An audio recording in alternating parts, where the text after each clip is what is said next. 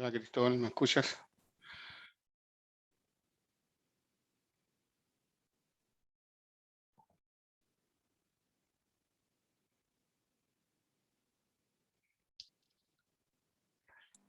Cristóbal, ¿me escuchas? Hola, profesor. Sí, se escucha. Entonces quería saber, gracias. Profesor, aprovechando que estamos unos minutitos antes, ¿podría solicitarle que la clase termine unos 10 minutos antes? Es que pasa que en el periodo siguiente tenemos pruebas justamente del laboratorio del ramo. ¿Y qué hacen en el laboratorio ahí? Nos dedicamos más al procedimiento diagnóstico, Ya, a todo lo que es como el reconocimiento. ya. Qué raro que no haya ninguna coordinación con eso, porque no sé lo que hacen con ellos. No sé lo que han hecho, lo que no han hecho. ¿Han pasado alguna Eh, materia o no? sí, de hecho, si quiere le puedo enviar la planificación que tenemos en el laboratorio. Sí, de hecho, en clase vamos más o menos paralelo en la materia que estamos pasando. Ya. ¿Y qué tienen hoy día? ¿Vieron fascícula hepática o no? Sí, creo que sí. A ver, ¿La vieron completa en la clase o no? déjeme revisar un poco la planificación. Por favor. Mm,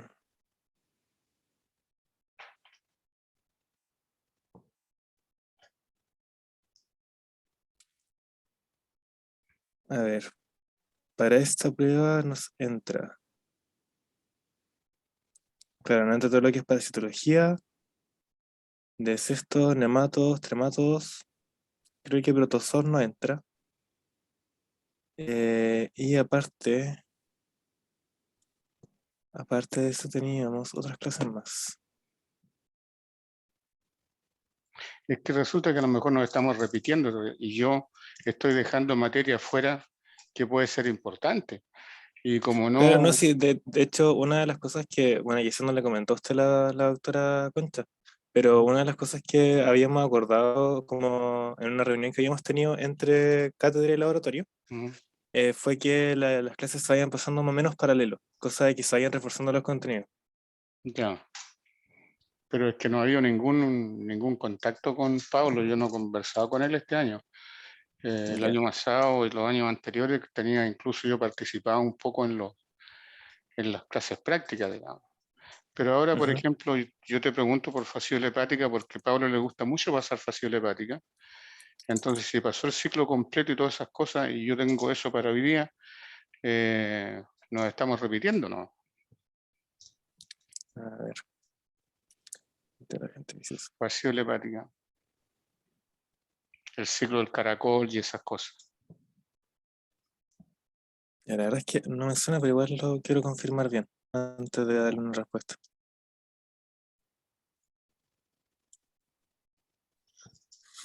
Mm, Triquinosis, a ver, vimos lo que es hepatitis A,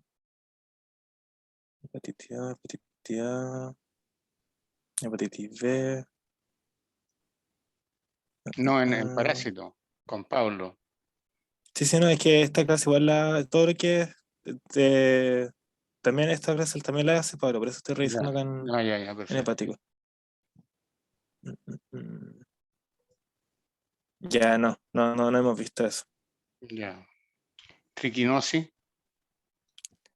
Triquinosis. ¿Esa por qué gente, un nematodo de intestino delgado que se incrusta en los músculos. No, tampoco hemos visto eso. Ya. Entonces voy a cambiar rápidamente aquí una cosa y voy a agregar algo y voy a tratar de terminar lo más rápido posible. Ya.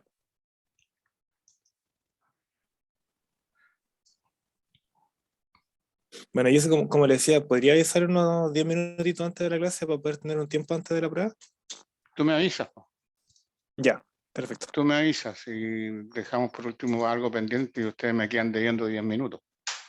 Claro, obvio.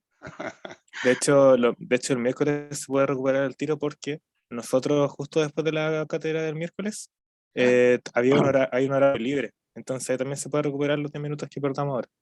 Ya, perfecto, perfecto, perfecto. Voy a admitir entonces al resto de los participantes que están esperando.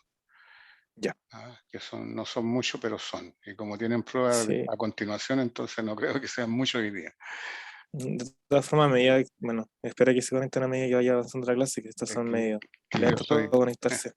Es que yo también fui estudiante, entonces yo sé cómo se manejan las cosas. Claro, claro.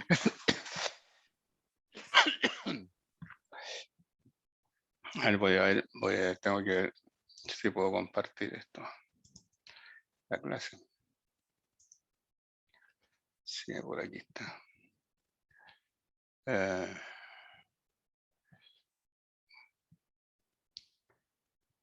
Por favor, Cristóbal, tú me dices si se ve bien. Sí, yo le aviso.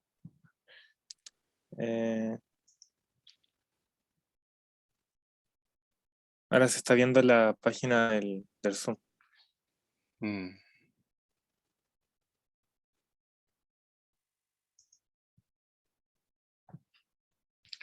Espérate, ¿qué pasó aquí?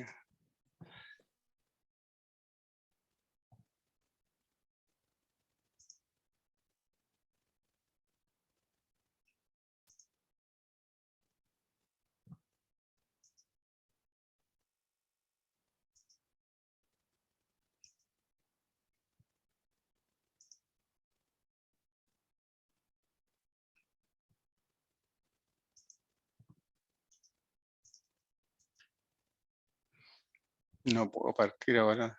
Ahora estamos claritos.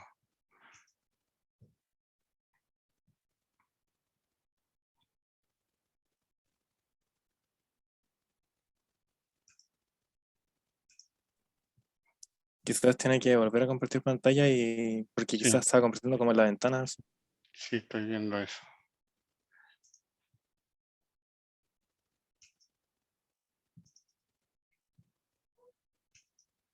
Ahí sí. Sí, ahí sí, se ve súper. Sí. Ya. Vamos a colocar más volumen.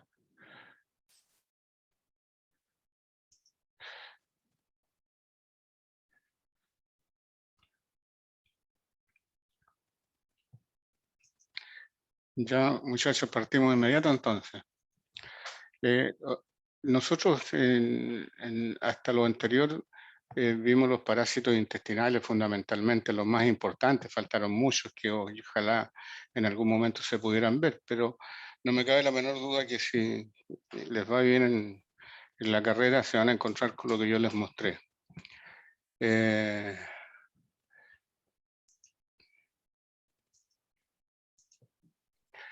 La histoyemoparasitosis son enfermedades de los tejidos y de la sangre. Y como son de los tejidos de la sangre, también uno debe comprender que estas infecciones se intercambian de lugar de parasitación dependiendo de la fisiología del parásito. Entonces, en función de eso es que hay algunas características especiales de las enfermedades histoparasitarias y parasitarias que son totalmente diferentes a las que vimos en enteroparásitos. Las características generales de la histoyemoparásito, una de las cosas que afecta a uno más miembros de la familia, esto significa que no es como las enteroparásitos que generalmente la mayoría de las personas familiares estaban afectados por el parásito. Esto significa, digamos, que hay algunas personas que van a por decir, a un asado de cerdo y algunos comen carne y otros no comen carne, entonces los que se van a afectar fueron los que comieron carne, pero no los que comieron verdura, digamos, si eran vegetarianos. Y la mayoría de estos parásitos no tienen transmisión directa. Eso significa de que necesariamente necesitan un vector o un transmisor. Depende mucho de las procedencias. claramente en este caso las enfermedades histoparasitarias, la gran mayoría tienen que ver con enfermedades producidas por animales, la mayoría de ellas animales de corral. La respuesta inmune frente a estos parásitos es mucho más fuerte. Entonces, y por eso es que las patologías son mucho más importantes. Normalmente en enteroparásitos no eran tan importantes las patologías porque eran localizadas en el intestino. En cambio acá, si se ubican en los músculos, puede haber una fuerte inflamación muscular y se van a producir más problemas. Y la respuesta inmune en general y la inflamatoria en particular, digamos, son mucho más fuertes. Hay lesiones más potentes y de mayor gravedad. Y lo otro es que, por lo que hemos conversado recién, casi todas las enfermedades histo- y hemoparasitarias de alguna manera constituyen zoonosis, es decir, son transmitidas de animales. En cuanto a los síntomas, en los síntomas de las enfermedades entéricas del intestino, los parásitos que ya vimos, la mayoría tenían que ver con alteraciones intestinales o alteraciones de ese tipo. Acá hay perfiles sintomatológicos. Tenemos algunos parásitos hepáticos, entonces el perfil va a ser hepático, ictericia, hepatomegalia y otro tipo de signos y síntomas que son totalmente dirigidos a un grupo de parásitos. Fasciolasis es un parásito del hígado. Enfermedad de Chagas también tiene un perfil sintomatológico bien característico que tiene que ver con el lugar en el cual entra el parásito al huésped humano y se forman unas alteraciones llamadas chagomas, que son inflamaciones aledañas al lugar en que pica y con compromiso generalmente los ganglios linfáticos vecinos al lugar. Entonces, enfermedad de Chagas también tiene un perfil sintomatológico bastante claro. Triquinosis, lo vamos a ver ahora, vamos a ver que tienen perfiles bien especiales. En histo- y hemoparásito el diagnóstico también es muy diferente. Si bien es cierto, los diagnósticos directos en algunas oportunidades se usan o en algunos de ellos es importante, como por ejemplo la malaria, que es una enfermedad de la sangre, en la cual el diagnóstico requiere utilizar la sangre, digamos.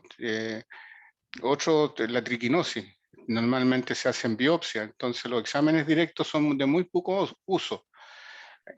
Aquí se utilizan mucho más los exámenes, perdón, en deposiciones, fasciola hepática se puede encontrar en deposiciones, que es un parásito hístico del hígado, en la sangre, en enfermedades sanguíneas, toxoplasmosis, enfermedades de Chagas, leishmania y otras enfermedades parasitarias, van siendo, digamos, necesarios hacer diagnósticos directos en determinados fluidos, como la bilis, en el caso de fasciola hepática.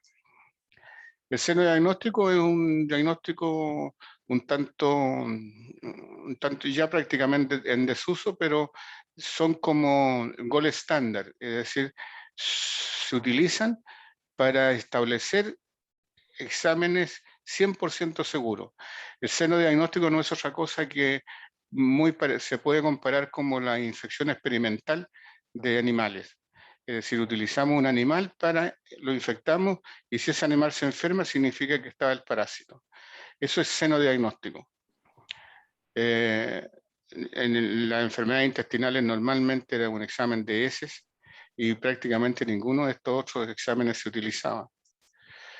La cirugía exploratoria a veces es importante, especialmente en aquellas alteraciones cuando hay algunas enfermedades que se presentan aumentos de volumen en el hígado o aumento de volumen en el pulmón y que la imagenología no dejó claro el cuadro. Inoculación experimental es muy parecido al seno diagnóstico.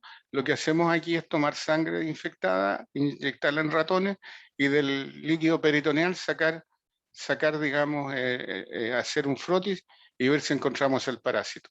Entonces la inoculación experimental también es un método diagnóstico que se utiliza en histo y hemoparasitosis, cuestión que no lo utilizábamos nosotros en la enteroparasitosis. Bueno, lo moderno es la PCR. La gracia de la PCR, digamos, que nos permite determinar una serie de situaciones que es imposible hacerlo con los otros métodos.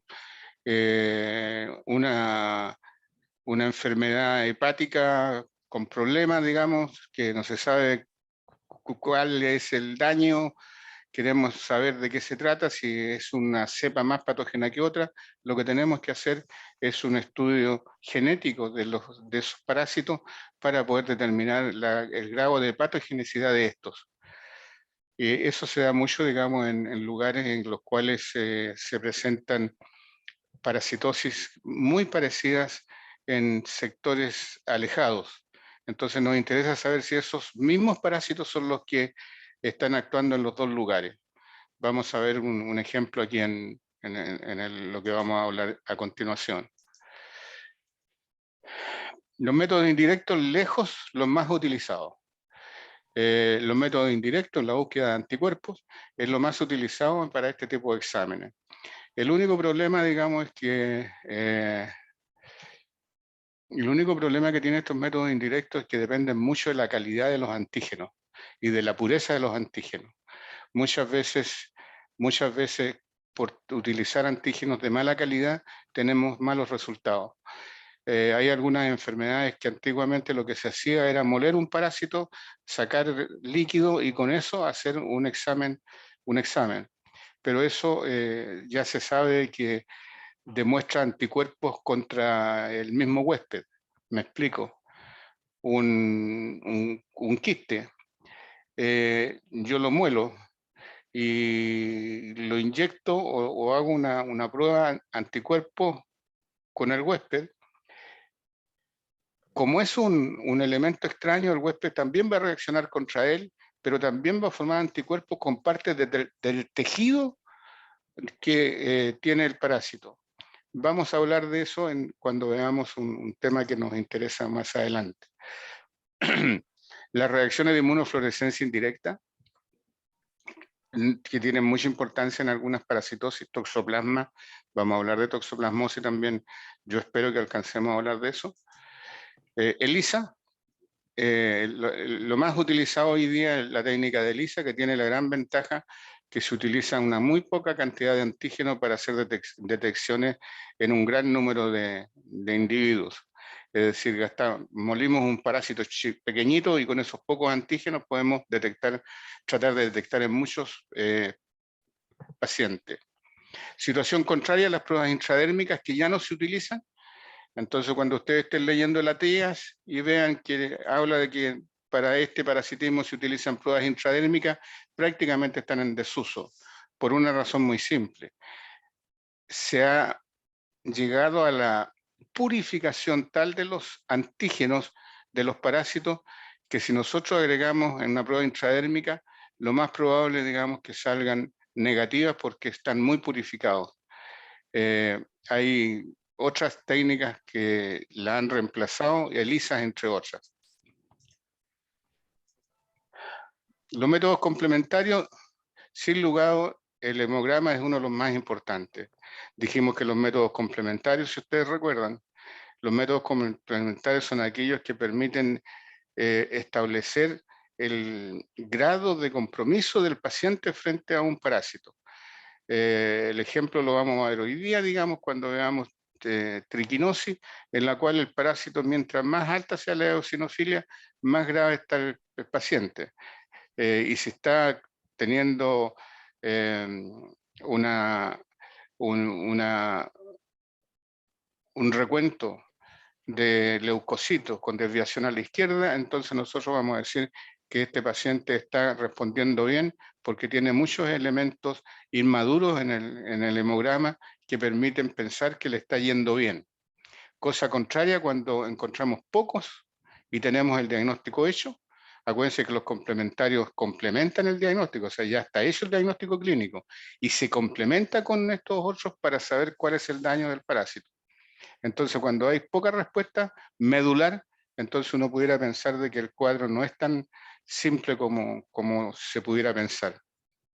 La radiología, yo aquí debo decir que soy un fanático de lo que ha avanzado la medicina. Yo creo que la medicina no podría haber avanzado tanto si no hubieran aparecido tantos técnicas imagenológicas. La imagenología hoy día es un avance médico cada día mejor. Hoy día se están operando pacientes, digamos, haciendo, o sea, colocan una máquina de imágenes y mientras están mirando, están operando. Antes no, antes eso era imposible. Antes había que abrir y, y el médico muchas veces tenía que llegar a ese vulgar dicho que decía, abramos y ya ahí vimos lo que hacemos. La ecografía evidentemente está acompañando a estos sistemas. Ya la ecografía acompaña mucho el escáner, el TAC, la tomografía axial computarizada. Todos estos exámenes radiológicos han permitido un avance en los buenos resultados de los cirujanos. Las endoscopías que permiten hacer buenos diagnósticos, pero estos son casi diagnósticos directos, pero hay algunas enfermedades como las amebiasis, es que uno hace una endoscopía alta, o sea, una endoscopía baja, y uno puede observar las lesiones que ha producido amebas, por ejemplo, la entomía histolítica, y el grado de compromiso por las úlceras del intestino grueso. Y ahora vamos a ver algunos parásitos que me interesa que están en esta zona y que se están presentando cada cierto tiempo y que los médicos tienen que estar al tanto de ellas. Hay detalles que a lo mejor van a tener que estudiarlos por su cuenta, pero como les digo, lo que habla Atías de triquinosis es algo que está plenamente vigente aún. Y eso tiene que ver porque tiene que ver con hábitos humanos más que con hábitos de tecnologías. La triquinosis es una enfermedad infecciosa producida por un parásito llamado Trichinella spirali. Afecta al hombre y a otros mamíferos carnívoros, entre los cuales se encuentra el cerdo, la rata y otros animales silvestres. Esta es una definición cualquiera, ya uno puede definirla de varias formas.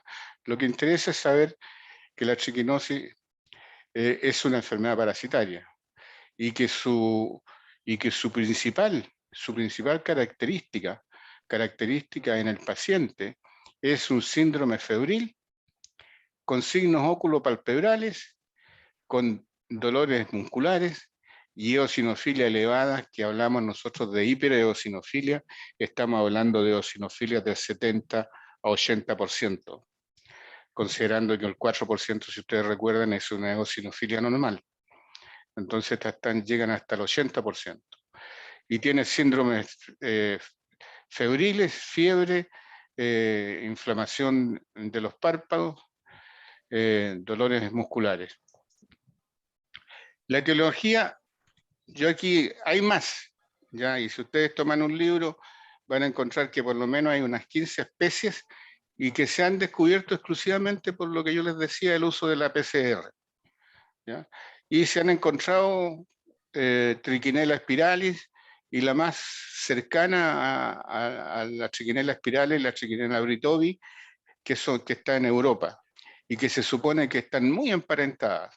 Pero hay una serie de otras, Trichinella nelsoni, y otras triquinelas, digamos, que tienen que ver, digamos, más bien con los climas y con los hábitos alimentarios carnívoros que hay en otros lugares. Estoy hablando de carnívoros del desierto que tienen triquinela, en este caso la triquinela pseudospiralis y la triquinela britovi, una cepa, la triquinela britovi, que está en el Ártico. Es decir, hay varias diferencias en cuanto a cepas también. Triquinella spiralis acá en Chile la hemos encontrado, y allí hay un grupo que ustedes tienen muy cercano a ustedes aquí al frente en medicina. Ahí con un grupo de profesores trabajamos en la genotipificación de Trichinella spiralis. Y hasta este momento se han descrito como 10 o 12 cepas diferentes. Pero las cepas son cepas diferentes, pero que no tienen aparentemente relación con la patología. No se sabe si una es más patógena que otra. La triquinosis, contra lo que se pudiera pensar, uno cuando habla de triquinosis habla de una enfermedad muscular, y cuando alguien pregunta cuál es el hábitat del parásito, la respuesta casi frecuente dicen que es los músculos. Eso es una mentira. Este es un nemátodo como cualquier otro nemátodo que nosotros ya vimos, con sus extremos acusados, con sus extremos posteriores enroscados, con otras características. La hembra es más grande que el macho, pero ustedes pueden ver que tienen apenas 3 a 4 milímetros y el macho es bastante menor. Pero una cosa que sí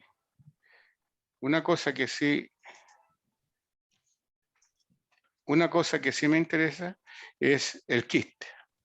El quiste, las larvas, vamos a ver, se colocan en la sangre, vamos a ver el ciclo, y finalmente terminan enquistadas en el músculo. Vamos a ver el ciclo para que comprendamos de qué se trata. Y estas larvas tienen 250 a 500 micras. Ustedes a lo mejor tienen pensando que son demasiado pequeñas, pero fíjense que es medio milímetro, un cuarto de milímetro a medio milímetro, por lo tanto, incluso puede ser visto con una lupa de estas lupas que utilizaba Sherlock Holmes.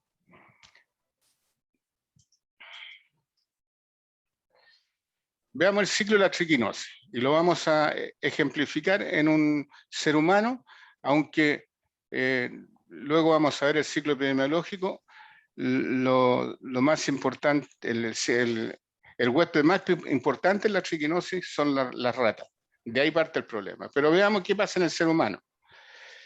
Si una persona ingiere esta larva enquistada, que está en el músculo estriado, de acuerdo a lo que vimos anteriormente, donde les mostré el quiste, cuando la carne está cruda o insuficientemente cocida, esta larva va a entrar al estómago, los jugos gástricos van a destruir toda la parte externa de los músculos, e incluyendo el sarcolema del músculo, y van a quedar libres en el intestino, tanto hembras como machos del parásito.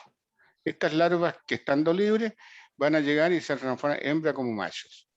Estas están en el intestino delgado. En otras palabras, el hábitat de la Trichinella spiralis es el intestino delgado, no el músculo como alguien pudiera pensar o como la mayoría de las personas piensan, sino que su hábitat, donde alcanza su mayor capacidad patógena, ¿no es cierto? O sea, su mayor cantidad de multiplicación es en el intestino. Una vez realizada la copulación, los machos son eliminados en las heces, como que ya no tienen nada más que hacer, ya cumplió su función fisiológica y biológica normal, y las hembras adultas se dirigen al intestino delgado. ¿Y qué es lo que van a hacer en el intestino delgado? Se van a introducir entre las células y van a llegar a los capilares sanguíneos. Las hembras colocan larvas, y estas larvas ingresan entonces al sistema sanguíneo mediante un estilete que tienen en el extremo anterior, y logran penetrar y llegar a la sangre. Y vía sanguínea, por la circulación mayor, se van a dirigir a ubicar a cualquier músculo del organismo del ser humano. ¿Ya? Ustedes ven las larvas, los adultos colocan sus larvas, la migración de las larvas por el intestino van a ir a dar a diferentes músculos. Claramente, lo hemos conversado en otras oportunidades, los músculos más afectados son los músculos de mayor oxigenación, aquellos músculos que tienen bastante movimiento. Entonces lo podemos encontrar en el diafragma. Por alguna razón, por alguna razón, el parásito no se enquista en el músculo estriado del corazón, por alguna razón biológica. ¿Ya? Estas cuestiones son adaptaciones, pero pasa por los tejidos, por el tejido miocárdico. Y eso es importante y lo vamos a analizar cuando veamos un poco el daño del parásito.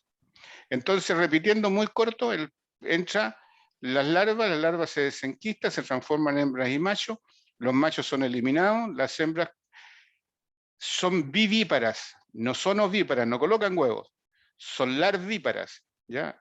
Las hembras entonces van a parir, porque eso es verdad, el término es, van a parir en el intestino, van a pasar a la sangre y por la sangre se van a distribuir por todo el cuerpo, siendo el diafragma y los músculos accesorios de la respiración, escalenos, intercostales, etcétera, todos van a ser mayormente afectados.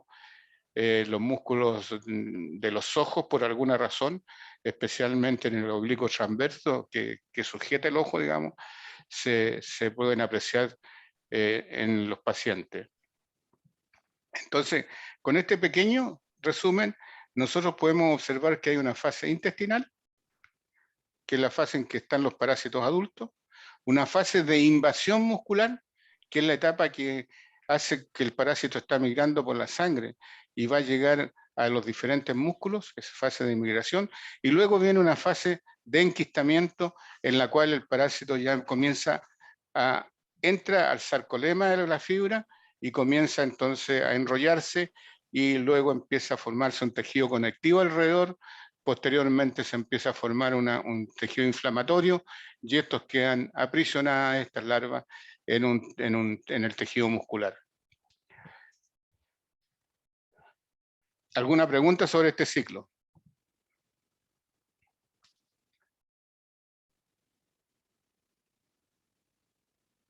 No hay pregunta. Ahora veamos el ciclo epidemiológico. ¿Cuál es la epidemiología? El problema comienza con las ratas. Las ratas son caníbales, ustedes saben. Adquieren la triquinosis desde algún lugar, generalmente basurales en algún lado, y ellas finalmente se mueren, y cuando se mueren vienen las otras ratas y se la comen, y cuando se la comen van a pasar entonces, como son carnívoras, se desarrolla el ciclo igual que en el que describimos para el ser humano, y las ratas van a quedar infectadas. Estas van a andar cerca de los lugares donde hay cerdo, para llevarlo a lo cotidiano, pero si anda un perro y se come el ratón también se va a enfermar, un gato también se va a enfermar. Pero lo más frecuente para la transmisión hacia el ser humano son los cerdos, y en los cerdos, cuando la carne es insuficientemente cocida, cuando ustedes los invitan a una parrilla y están con mucha hambre, ¿no es cierto? No esperan mucho que se termine de cocinar la carne y se la comen y van a ingerir entonces los quistes, y estos quistes van a iniciar el ciclo que fue el que describimos anteriormente, en que van a pasar al intestino, hembras, machos, los machos se mueren, las hembras comienzan a producir los quistes en diferentes órganos. Este es el ciclo epidemiológico más importante. Las ratas es el huésped más importante de la triquinosis, en el ciclo epidemiológico de la triquinosis. Y por supuesto que el huésped más importante en la patología de la triquinosis es el ser humano. En cuanto a la epidemiología, solamente unos datos muy al pasar. En los cerdos 0,1-0,3%, esto es una mentira, un buque, porque estos son lo que se da en los mataderos. En los mataderos es 0,1-0,3%, pero el problema y el riesgo y que pasan al hombre es los brotes que se determinan por el consumo de carne de cerdo en forma clandestina. Nosotros hicimos algunos estudios en mataderos con estudiantes de medicina veterinaria cuando yo trabajaba en eso, y en basurales, y encontramos porcentajes altos de ratas infectadas. En Santiago, un 1,6 a 4%, y en Valdivia un 2% de los perros que se diagnosticaron se encontró triquinosis. Pero fíjense ustedes en este dato. En el máfil urbano, más rural, 16%. Perros en que se mataron alrededor de 250 perros. Por favor, no piensen mal, hoy día eso sería una causal de cárcel, digamos, si uno se dedicara a matar tantos perros. Esto lo hicimos porque cuando sucedió el último brote humano de rabia, se produjo en esta zona, en este sector, ¿ya? Entonces, la única forma que había en ese tiempo de saber qué perro tenía rabia y qué perro no tenía rabia, era haciendo unos cortes histológicos de cerebro del perro para poder determinar si tenía o no tenía rabia. Hoy ustedes saben que eso ha cambiado mucho, hoy día hay exámenes serológicos que permiten la detección de rabia en perros sospechosos y por lo tanto no es necesario matar el perro. Pero lo que nos llamó la atención es el alto porcentaje de perros, digamos, que estaban contaminados. Ahora alguien se preguntará, bueno, ¿qué importa? Es que son parte del ciclo. Esto se lo comen los ratones, los cerdos se comen los ratones y el cerdo se lo come el hombre, entonces este ciclo eh, que se llama ciclo doméstico es uno de los más importantes. Gatos 2% en Valdivia. Esto tiene que ver un poco con las cosas que pasan acá mismo en Temuco. Las personas que son de Temuco saben que en la feria venden liebres y han escuchado el término de eso, pasar gatos por liebre. Vamos ahora a la acción patógena y la vamos a recordar.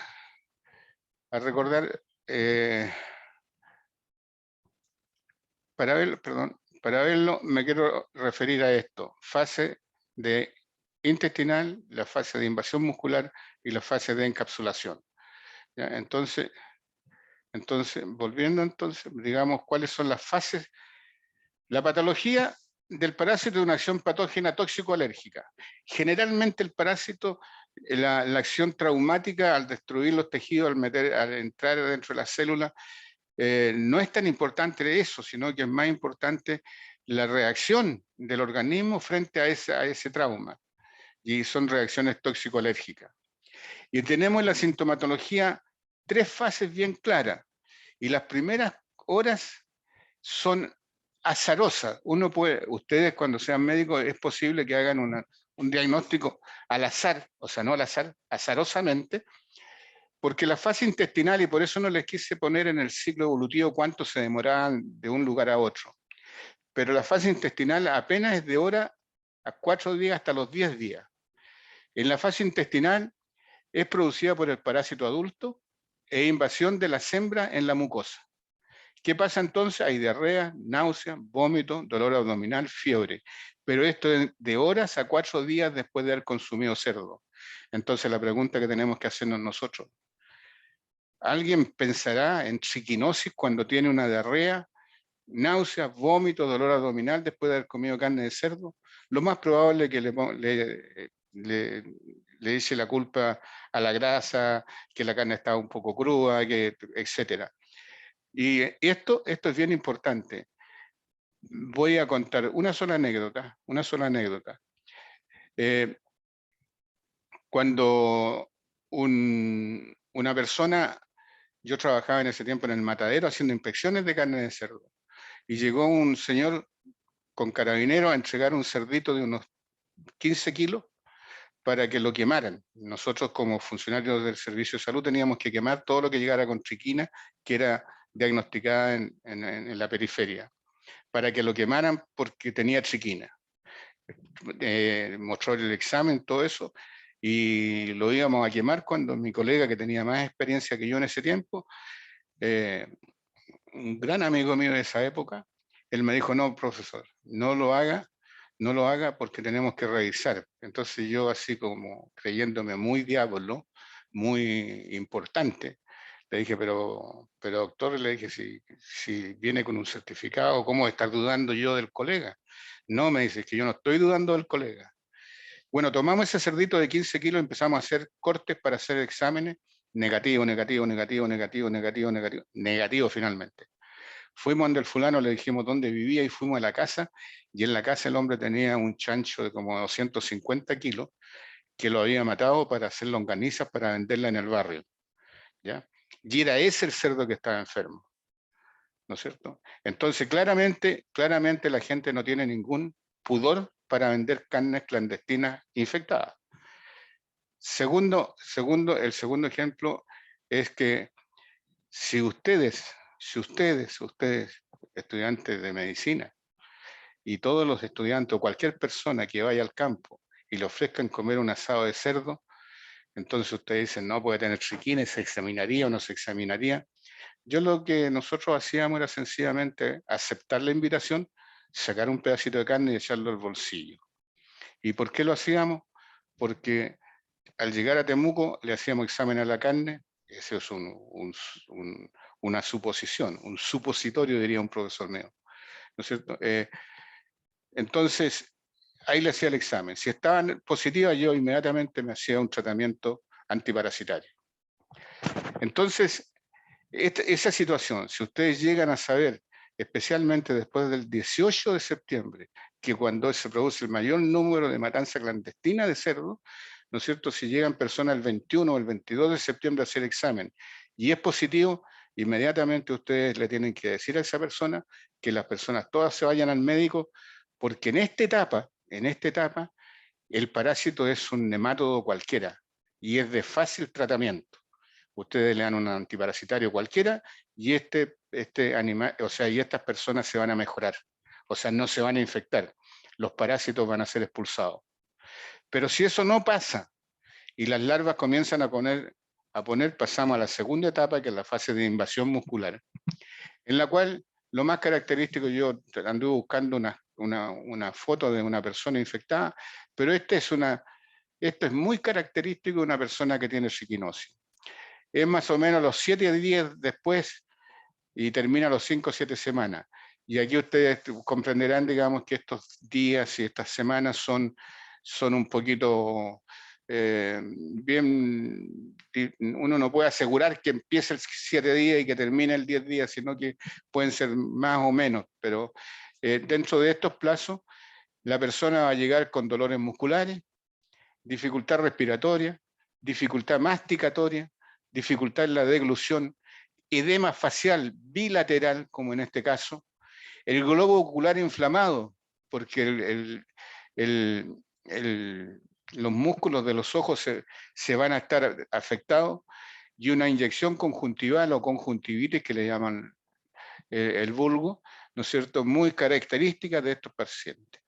Y una cosa que llama mucho la atención y lo que nosotros siempre hacemos con los pacientes cuando estábamos en el hospital, era mirarle las uñas, y debajo de las uñas se notaban pequeñas petequias o equimosis debajo de las uñas, en que era un diagnóstico casi patognomónico. Pero fíjense ustedes que en esta etapa es cuando el médico se encuentra con el problema. El problema fácil ya pasó, la eliminación del parásito en el intestino. En esta fase, aquí voy a mezclar un poquito con lo que hacen los médicos, ¿no es cierto? Son analgésicos potentes, generalmente se usan corticoides, a pesar que los AINES a veces están indicados, pero hay una mejor respuesta al corticoide, una respuesta más rápida, y por eso aún se utilizan en estos casos los corticoides. Pero los AINES también están siendo utilizados, y los analgésicos comunes. Una vez que esta persona ya, digamos, aquí ya no tiene problemas, como que ya se está pasando el problema, pero pasa a la tercera fase, que es la fase de enquistamiento, que comienza después de aquí dice 6 semanas, digamos, y la otra hablábamos de 7, por eso le decía yo que era eso de un día más, un día menos no es tan importante. Una tumefacción dolorosa de las piernas, brazo, abdomen y cara. Pero él ya sabe que tiene triquinosis, ¿no es cierto? Y dice, bueno, ya se me están pasando las cosas porque tengo una neumonía, se me produjo una anemia, aparece fiebre, y fíjense ustedes que aparentemente, luego de haber pasado la fase más llamativa para el médico, en lo que lo llama al profesional a hacer el diagnóstico de triquinosis, fíjense ustedes que después de eso viene como una mejoría, pero la mejoría de la muerte, como le decíamos nosotros en nuestros tiempos. Porque después de todo esto, se ha encontrado que el mayor número de casos mortales entre la cuarta y sexta semana, es decir, pasado el periodo de invasión muscular, y se presentan en la fase de enquistamiento. Y las causas de la muerte y las causas de las complicaciones son fotofobia, visión difusa, dolor del globo ocular, esoftalmos. Hay daños neurológicos en un 10 al 24%, migración de la larva, por migración de la larva. Esto es lo que le decía, que no se enquista en el sistema nervioso, pero pasa por allí, ocasionando problemas. ¿Ya? No se enquista. Cardiovasculares son las más graves, y de nuevo, insisto, aquí no hay enquistamiento, y hay paso de larva, pero de muchas larvas a través del tejido miocárdico, y se presenta en el 20% de los hospitalizados. Ahora, en estudios de pacientes, o sea, ya en este caso no de pacientes, sino que de cadáveres, se encontró que la causa de muerte en personas que murieron por triquinosis, la mayor parte murió por una miocarditis, un 2%, un 9% de encefalitis y el otro por neumonitis. Pero pasaron esta etapa, que es la etapa en la cual se hace el diagnóstico. Es decir, si bien es cierto que uno pudiera descansar, como dice el médico, descansar de la fuerza del tratamiento, hay que preocuparse mucho de las posibles complicaciones que se dan en diferentes partes del organismo. En cuanto al diagnóstico, el diagnóstico clínico, como les decía, es la única posibilidad, el diagnóstico el diagnóstico clínico, la cara de esa señora y las características del exoftalmo, la inyección conjuntival, edema bilpalpebrales, dolores musculares y exámenes directos que significan encontrar la larva. Uno pudiera decir que lo puede encontrar en el coprológico, un examen coprológico, pero ¿quién se le va a ocurrir hacer un examen coprológico si tiene una diarrea después de haber comido cerdo? ¿No es cierto? Lo más probable es que sencillamente lo deje pasar. Y si tuvo fiebre, lo deje pasar como un resfrío. Compresión, se usaba mucho. El examen de compresión no es otra cosa que un trozo de músculo se coloca entre dos placas, se junta y se mira en microscopio y uno puede ver el parásito. La digestión artificial, que tiene mucho más eficiencia, es colocar un trozo de músculo, digamos, en un jugo gástrico artificial con ácido clorhídrico, pepsina, y durante un tiempo, y luego se centrifuga y desde el fondo se sacan las larvas. Estos métodos directos ya son prácticamente parte del pasado, ¿ya? En algunas partes, en forma urgente, un médico pudiera hacer una biopsia, una biopsia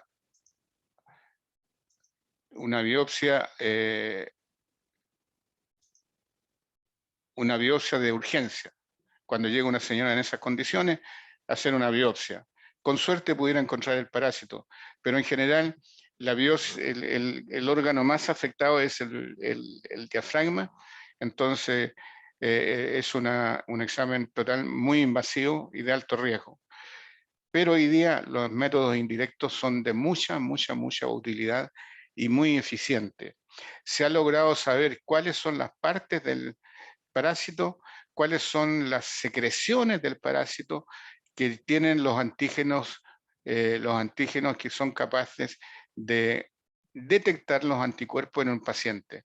Entonces, en pacientes que están en la fase de complicación en la invasión muscular, normalmente lo primero que se hace es un examen de sangre para lograr encontrar los anticuerpos. Esto tiene la dificultad, digamos, del tiempo que uno se demora en tomarla. La profilaxis, no voy a hacer mayor énfasis, solamente los cerdos tienen que ser bien alimentados y que no hayan ratas cerca. Y las personas, bueno, no comer carnes crudas insuficientemente cocidas. Y allí es donde hay que tener cuidado.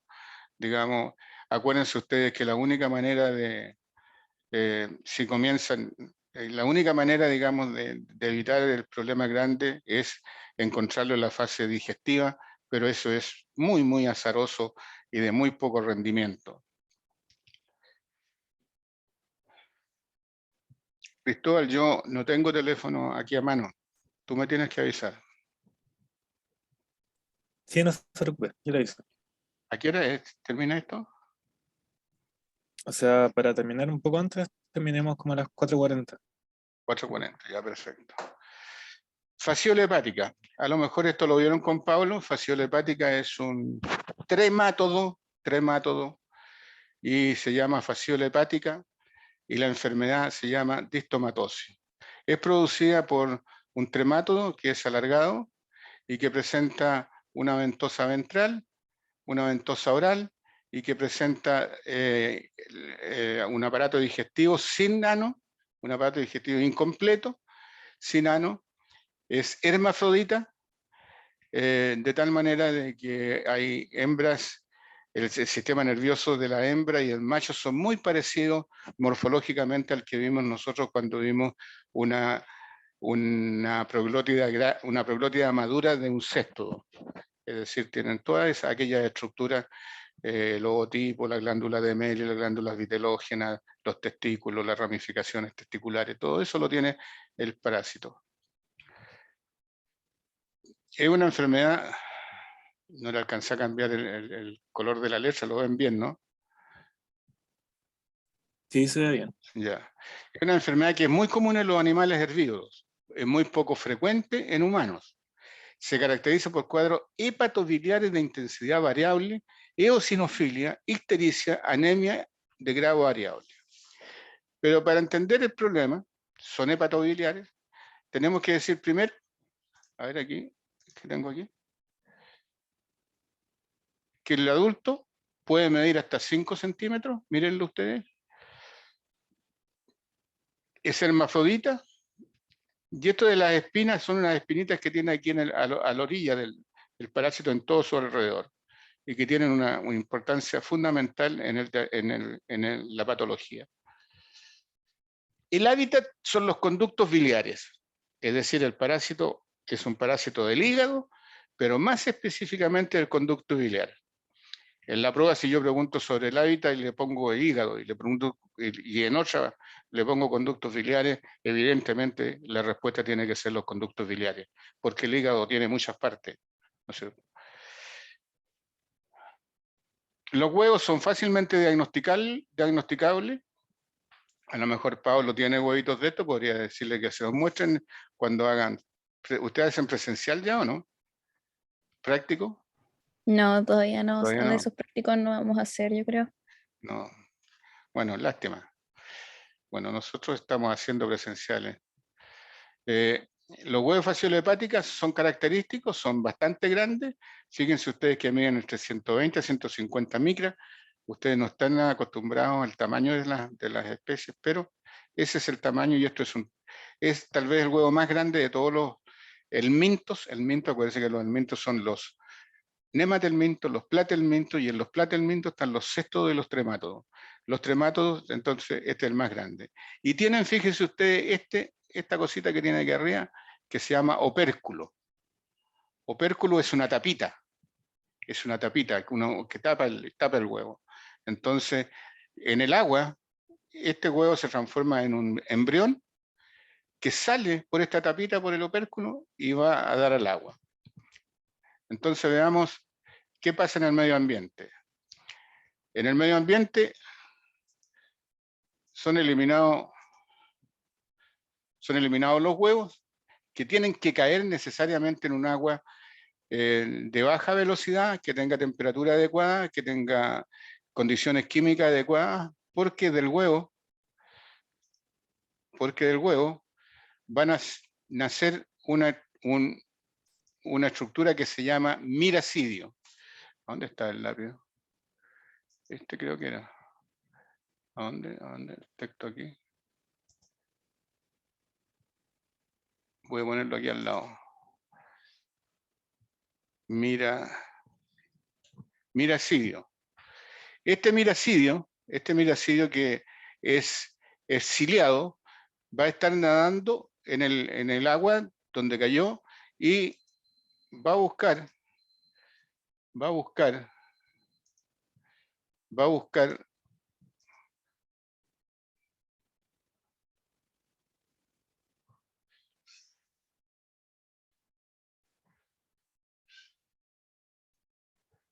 va a buscar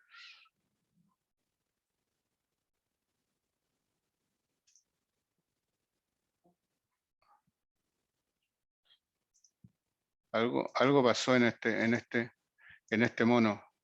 Voy a tener que hacer un, no quiere animarse. ¿Sabieron qué se puede hacer aquí? No puedo animarlo.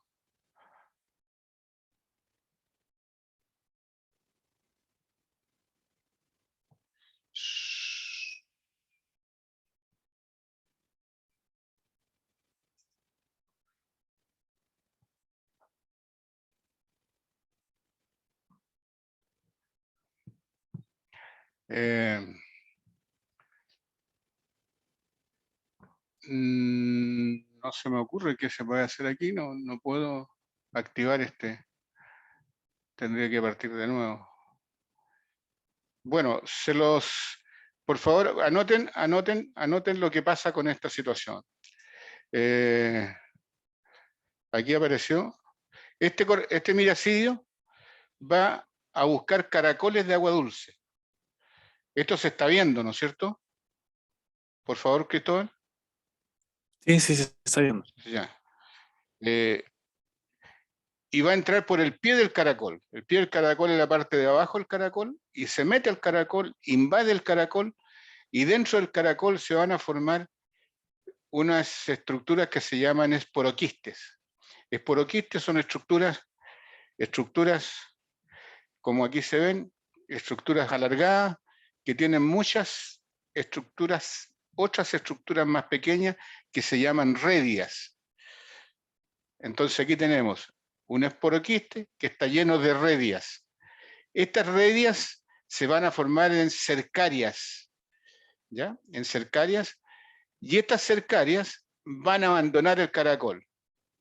Y una vez que abandonan el caracol, van a perder la colita esta que tienen aquí, esta colita, la van a perder, van a buscar un pasto que está a la orilla del agua, donde están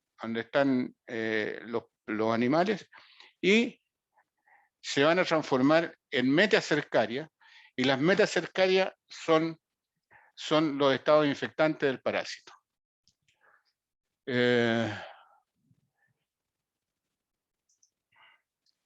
Entonces, aquí al medio voy a colocar, para que lo noten ustedes, el primero se llama miracidio. Miracidio. El segundo se llama esporoquiste. El tercero se llama redia.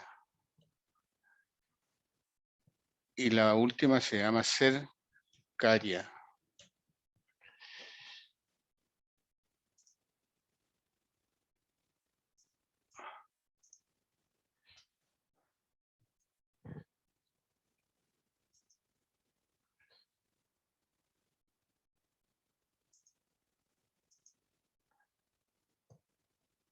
Bueno, ustedes seguramente lo van a poder ver con más calma, pero me interesa que anoten esa sigla. ¿Ya? Miracidio, esporoquiste, redia, cercaria. Entonces, cuando yo era estudiante,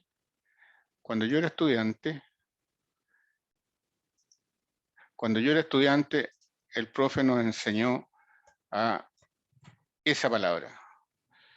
¿Ya? Eso es una mnemotecnia que nos enseñó Merck, miracidio, esporoquiste, cercaria.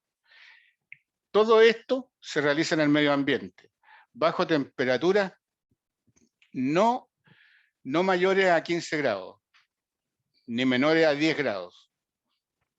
El caracol requiere de temperaturas mayores de 10 grados para multiplicarse.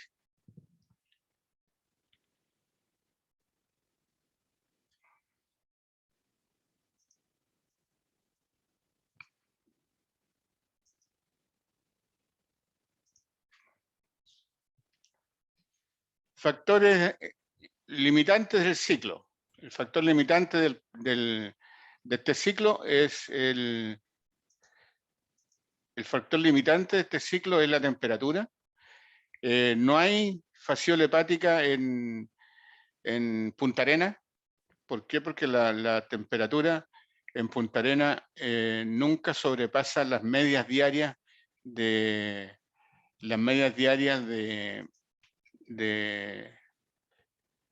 10 grados. Entonces, en humanos, el consumo de berros en humanos. Ustedes seguramente conocen los berros. Ahora hay berros en todos los supermercados. Lo que no deben hacer ustedes es comprar berros en la feria, porque en la feria, los berros que venden en la feria son cosechados precisamente en las aguas en las cuales este ciclo se produce completamente.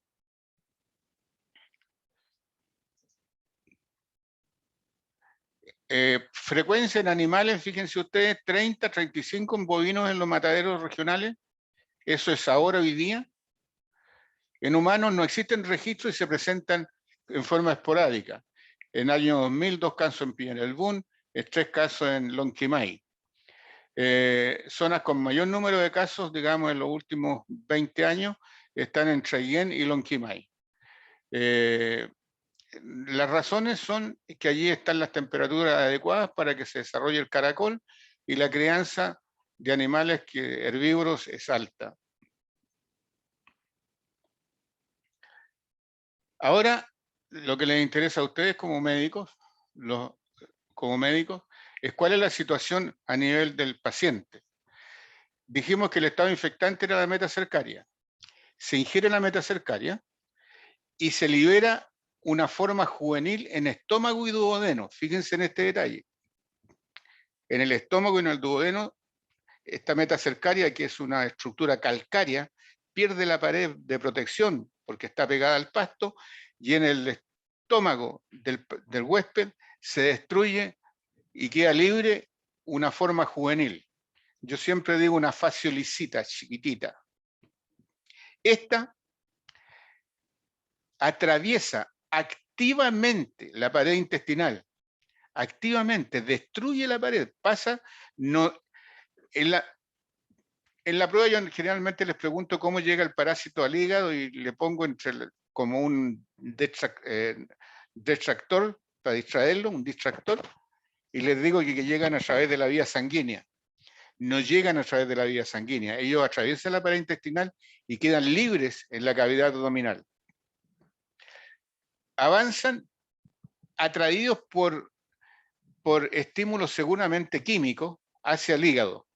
Pero ¿por dónde avanzan? A través de los peritoneos, tantos parietales como viscerales, y también a través del mesenterio, hasta alcanzar la cápsula de Gleason, que es la que protege al hígado. Y atravesando la cápsula de Gleason, llegan al parénquima hepático. Y una vez que llegan al parénquima hepático, empiezan a migrar por el parénquima hepático, se alimentan de hepatocitos, se alimentan de sangre, se alimentan de bilis. Como pueden ver, avanza por el parénquima hasta llegar al conducto biliar, que es su hábitat. Es decir, aquí ya el parásito alcanza el estado adulto con su capacidad de reproducirse.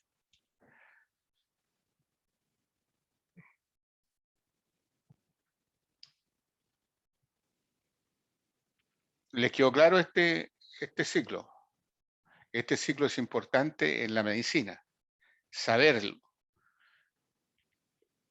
La imagenología permite hacer algunos diagnósticos en esta etapa. ¿Por qué les voy a decir por qué? Porque el periodo prepatente del parásito es de 2 a 3 meses. Es decir, desde que se ingiere el estado infectante, periodo prepatente, no se olviden nunca, periodo prepatente, desde que se ingiere el estado infectante hasta que aparecen los primeros elementos de diseminación en las heces, o sea, hasta que aparecen los primeros huevos en las fecas. Pero durante esos 2 a 3 meses, el parásito ha estado haciendo de las suyas, destruyendo el tejido hepático y fundamentalmente inflamación de los peritoneos, etc. Entonces, acuérdense de esto, el periodo prepatente 2 a 3 meses, porque también tiene relevancia en el diagnóstico. La patología, en el periodo inicial, los juveniles migran hacia el peritoneo por el parénquima hepático, lo que ya les dije. Aquí hay una reacción tisular a cuerpo extraño. La fasciola hepática, esta pequeña fasciolicita es un elemento extraño, y el organismo empieza a formarle nódulos linfáticos, empieza a formar una respuesta inflamatoria, ¿no es cierto? Y empieza a haber una inflamación del peritoneo con exudado infiltrado leucocitario y principalmente de eosinófilo, y empieza a aparecer la eosinofilia, que como les decía puede alcanzar hasta el 80-90% en esta parte de la infección. Hay una hepatomegalia con presencia de microabscesos y necrosis, porque los parásitos el organismo le reacciona formando estos nódulos, y estos nódulos se abscedan y se empieza a morir el tejido. Y en cuanto a la patología, el periodo de estado, los parásitos se localizan en los conductos biliares. ¿Qué pasa aquí? Estos aparecen dilatados, esclerosados. Hay una reacción inflamatoria crónica en todo el tejido periportal, ¿no es cierto? Y hay una fibrosis. Y por lo supuesto aquí también se mantiene la eosinofilia. El epitelio puede presentar hiperplasia pseudoglandular, o sea, la hiperplasia, que es la transformación de un tejido en otro, y empiezan a aparecer glándulas, que parecen glándulas. Cuando el número de parásitos es muy grande, se presenta atrofia parenquimial y con compresión, y ya hay una cirrosis periportal que es muy, muy intensa y difícil de recuperar. En el periodo inicial hay una fiebre elevada y constante, esto es allá en la clínica, un dolor en el hipocondrio derecho de intensidad variable. Aquí es cuando llega el paciente, ¿no es cierto?, con ese dolor, con ese hipocondrio derecho, y claramente una ictericia bastante intensa, porque hay una inflamación del parénquima hepático, hay una urticaria fugaz, prurito en la espalda. En la sangre hay una leucocitosis con eosinofilia hasta un 80%. Esto es todo en el periodo inicial, cuando está pasando a través del hígado y está destruyendo los hepatocitos. No se olviden de eso. Las pruebas funcionales hepáticas están absolutamente alteradas, la fosfatasa alcalina, la GOT, la SGOT, todas las funcionalidades hepáticas. La gravedad del cuadro clínico depende del número de parásitos. Mientras mayor el número de parásitos, mayor el daño hepático. En el periodo de estado hay una sintomatología digestiva que se caracteriza por una dipepsia, o sea, una acidez de tipo hepatobiliar, es decir, de tipo biliar, amargosa, una acidez amargosa, anorexia, flatulencia, náuseas, vómito, sensación de plenitud abdominal. Hay periodos de constipación de diarrea y otros de constipación y diarrea. Hay cuadros dolorosos con cólico biliar, a veces tan intensos que inducen la intervención quirúrgica, pensando que se trata de una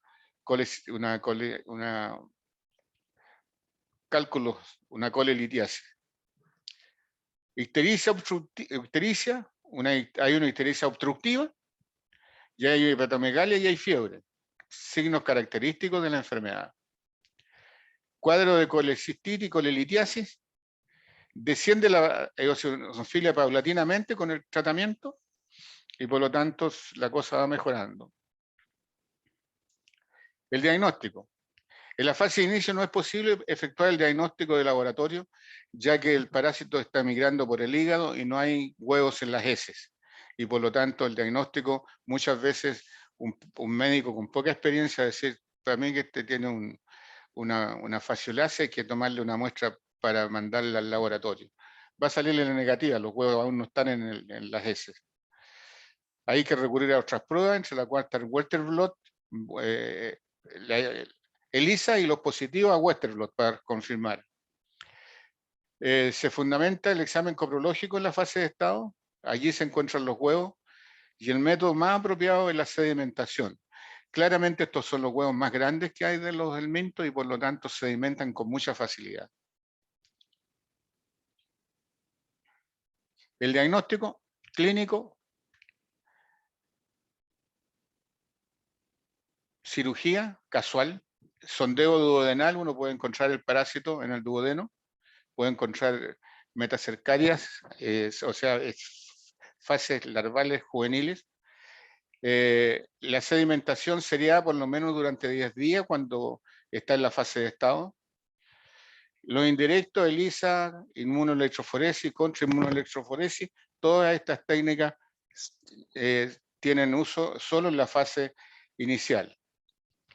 Los complementarios del hemograma, la eosinofilia, las pruebas de funcionalidad hepática y las imágenes cambiantes especialmente en la primera etapa de la infección. Qué lástima que no tengamos presenciales, porque yo tengo unas radiografías en que se ve claramente el parásito. Distomatosis, el tratamiento es triclavendazol, acción sobre estado de una semana. Ahora, el triclavendazol 10 miligramos por kilo. Yo aquí quiero hacer un alcance. La gracia del triclavendazol es que tiene acción, como allí dice, en estados de una semana. Me explico.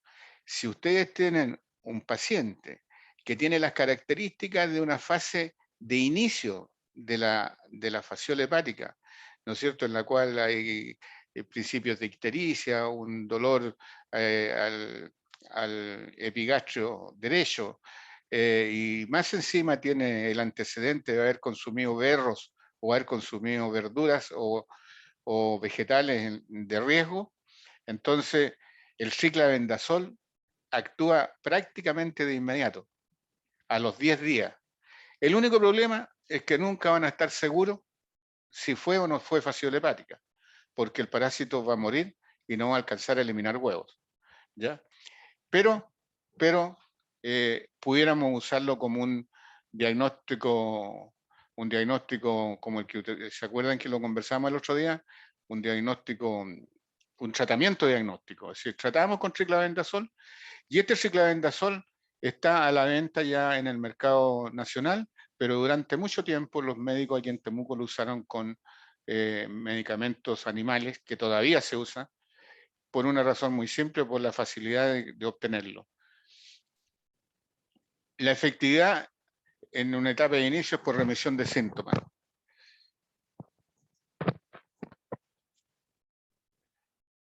Yo aquí no voy a entrar, esto es de nada, porque ustedes me pidieron que saliera temprano, así que yo me apuré en esta última parte. Jóvenes, ¿alguna pregunta en especial?